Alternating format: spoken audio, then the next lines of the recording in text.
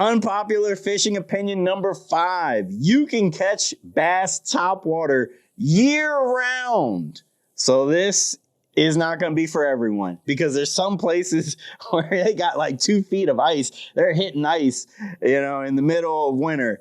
And so for you, it might be a little tough to catch one topwater. But down here in Florida, you can throw up shallow in the middle of winter in the coldest days. And if a bass goes up there shallow because maybe the water's warming up quicker over there, you 100% can catch a bass topwater. Now, once that water gets up into the 60s, are you catching more topwater and more frequently? Oh, of course. But you can still catch bass topwater year round. We just had one of our coldest winters and I caught a couple bass topwater during that time period.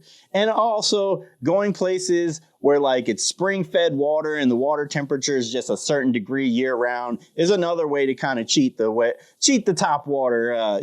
You can't fish all year round kind of deal, but you can.